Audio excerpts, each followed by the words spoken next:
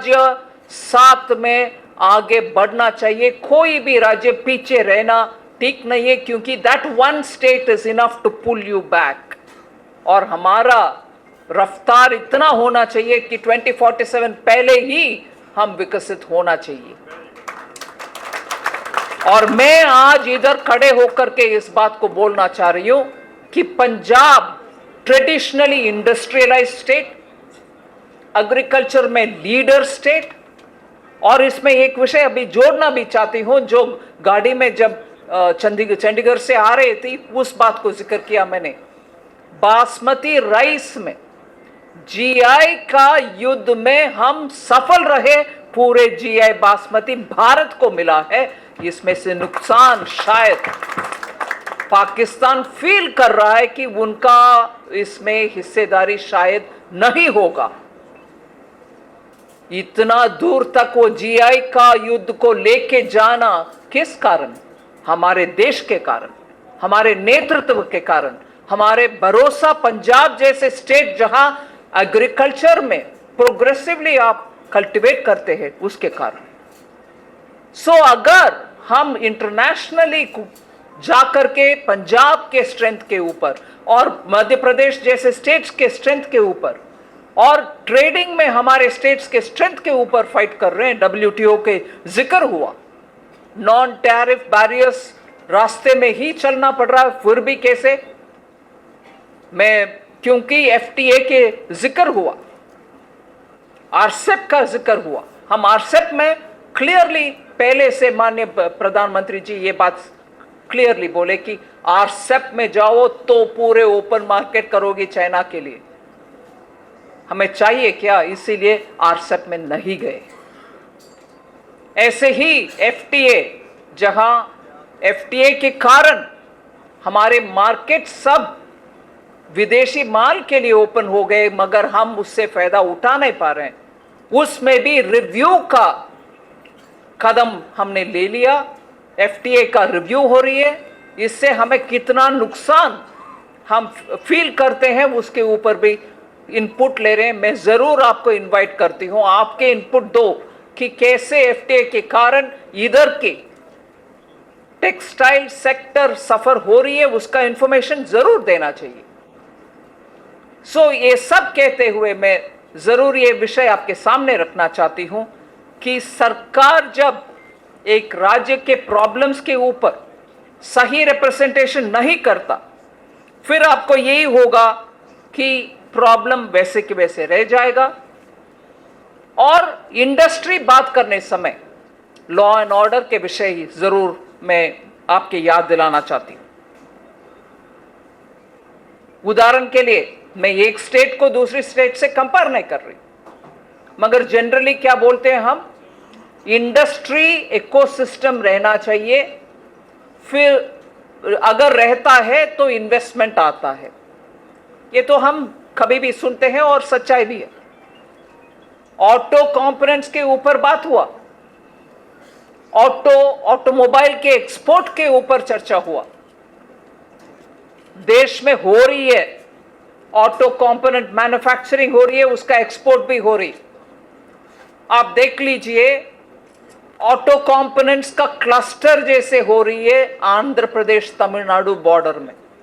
किया मोटर्स उधरी से, हुंडई उधरी से, आज तक फोर्ड था, फोर्ड की जगह कोई और आ गए। ऑटोमोबाइल कंपोनेंट्स और उसके मैन्युफैक्चरिंग का हब ऑर्गेनिकली हो रही है, कोई इंसेंटिव के कारण नहीं हो रही। इधर होना है ऐसे, क्योंकि आपके पास वो क्षमता है, स्किल्स है, आप कर सकते हैं। इधर भी होना चाहिए। मैं मानती हूं you need a proactive measure which has to be taken. दूसरा उदाहरण दे रही हूं, इकोसिस्टम अगर है तो इंडस्ट्री आएगा, इन्वेस्टमेंट करेगा, ये तो मानने लायक बात है। आज सेमीकंडक्टर मैन्युफैक्चरिंग और कोई विदेशी कंपनी नहीं है, हमारे ही अपना टाटा सेमीकंडक्टर मैन्युफैक्चरिंग को कहां लेके गए। 3 यूनिट भारत देश में वो इन्वेस्ट कर रहे हैं, बड़े बड़े अमाउंट। 2 तो गुजरात में हुआ, तीसरा कहां गया? असम में गया। इकोसिस्टम है क्या उधर?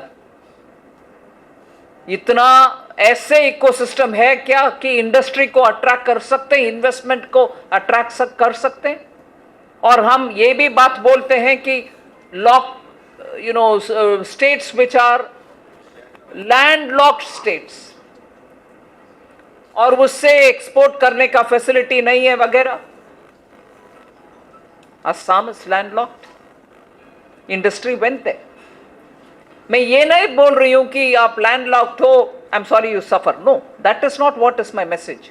My message is to even overcome, even if you are landlocked, if the state government takes that proactive measure and say, come do it here, let's see what you want. We are willing to expand, we are willing to extend that.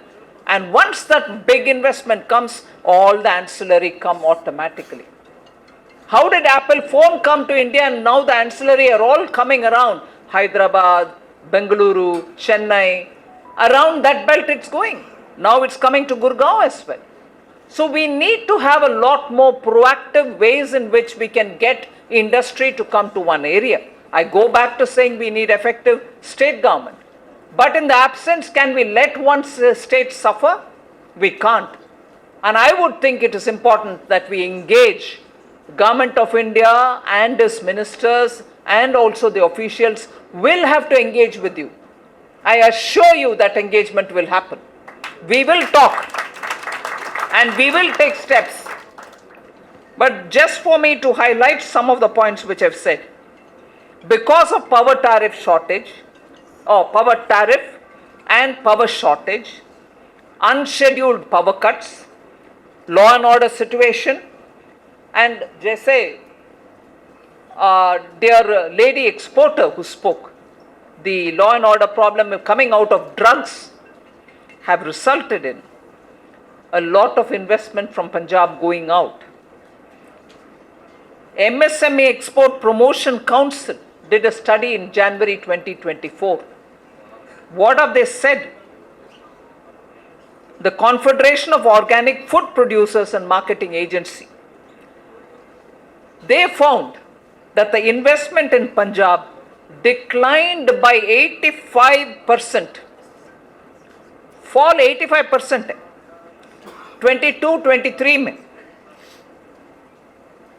Naturally you will say, what is so special about 22-23? After you voted in a government and what is the amount? 2018-19 में 43,323 crores investments year wise होता था. 1920 में 12,267 crore. 2020-21 Covid के बावजूद भी 15,761 crore. And 21-22, the last year when some sanity prevailed in Punjab, you had 23,655. What is it in 22-23 after you elected the new government? 3,000 crores. 3,492 crores only, and this is not me saying it, it is published in a newspaper and I've got the link here. I am not saying it from my sources, it's a newspaper coverage. Drastic fall in a year-wise investment chart for Punjab. We can't afford it. I want to highlight this fact. Businesses are migrating out of Punjab. I just want to highlight the other few things which I said earlier. There were of course promises given which are not getting fulfilled. I'm sure Jakarji will speak about it. I can highlight how many such promises. Old age pension has not been given. 1,000 rupees per month for adult women in Punjab has not been given. Similarly, Punjab के drug problem को I will find solution, nothing has happened. Unemployment rate national level पर 3.2% है.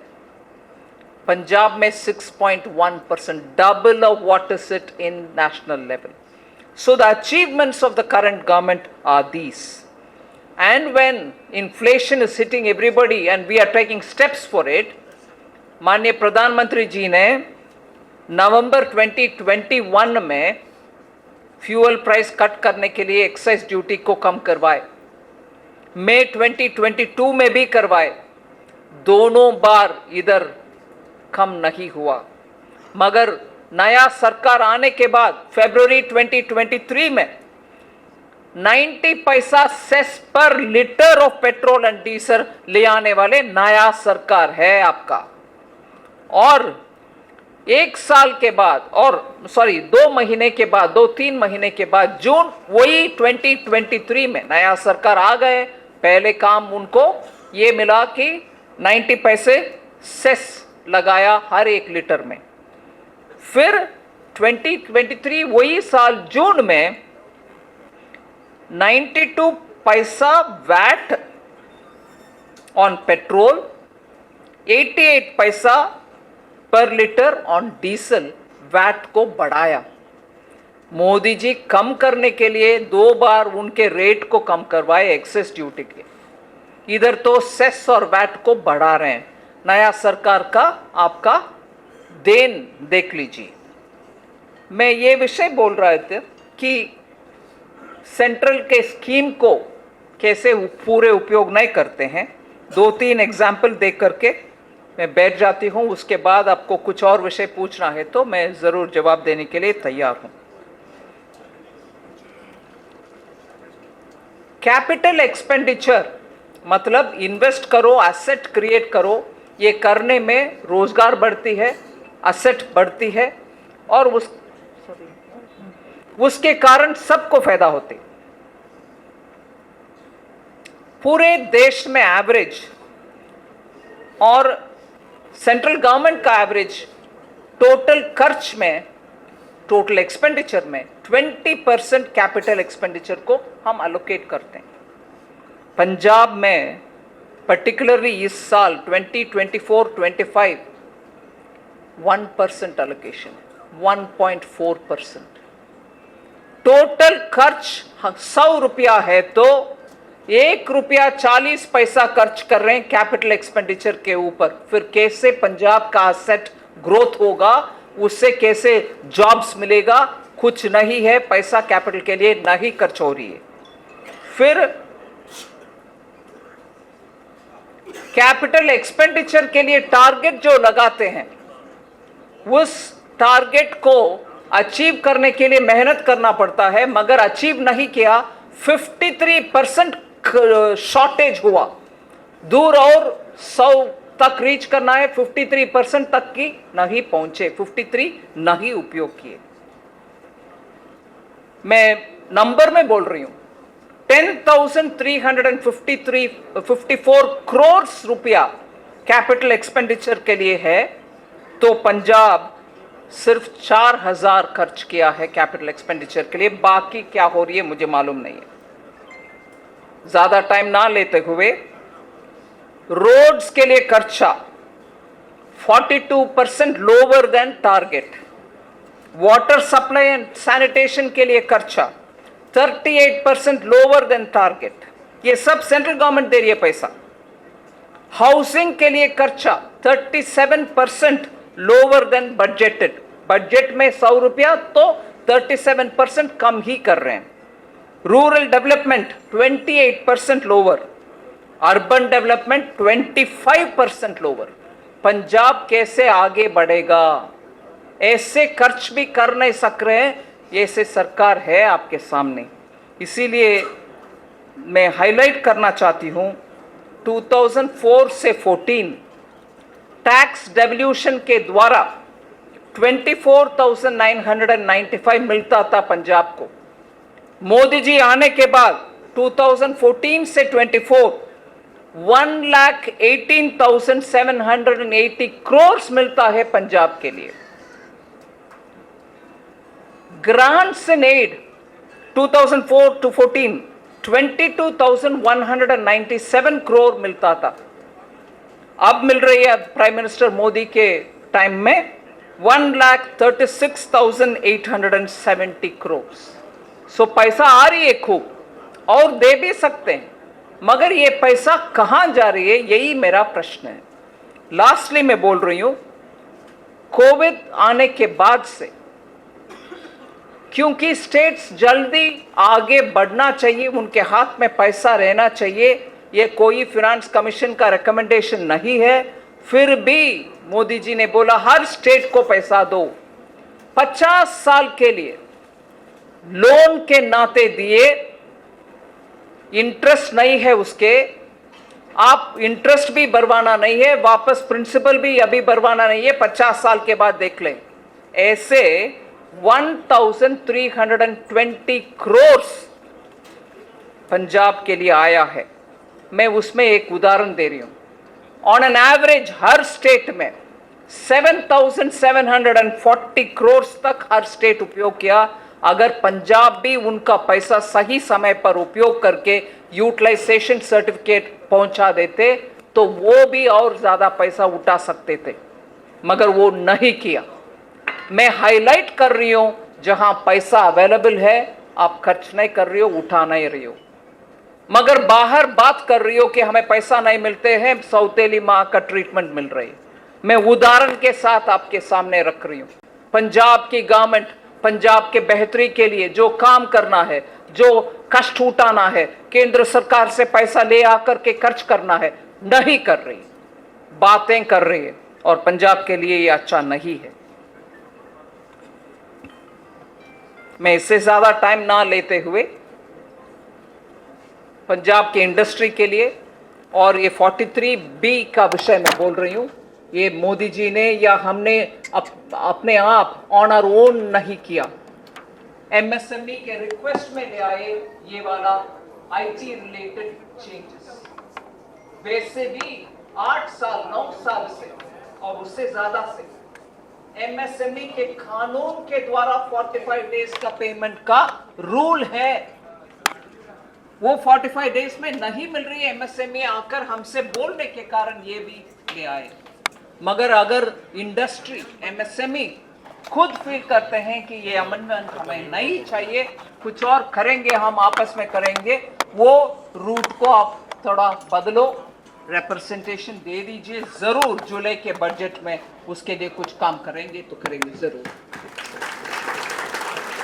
फिर cycle industry, textile और इधर के हर sector का ध्यान रखते हुए, क्योंकि that expression was used, wage giving jobs, those items which bring wages, which bring jobs, वो भरपूर है इधर।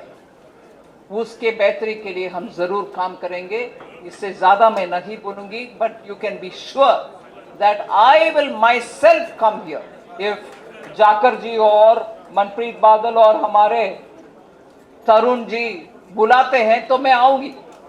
Whatever capacity I will be, I will come and work with you to make sure that we restore Ludhiana to its old glory. ये मेरा वायदा है आपको। We need to restore it. We need to build Punjab back again. We need to have Ludhiana come back to stand up and be the engine of India's growth. My assurance to you. Thank you.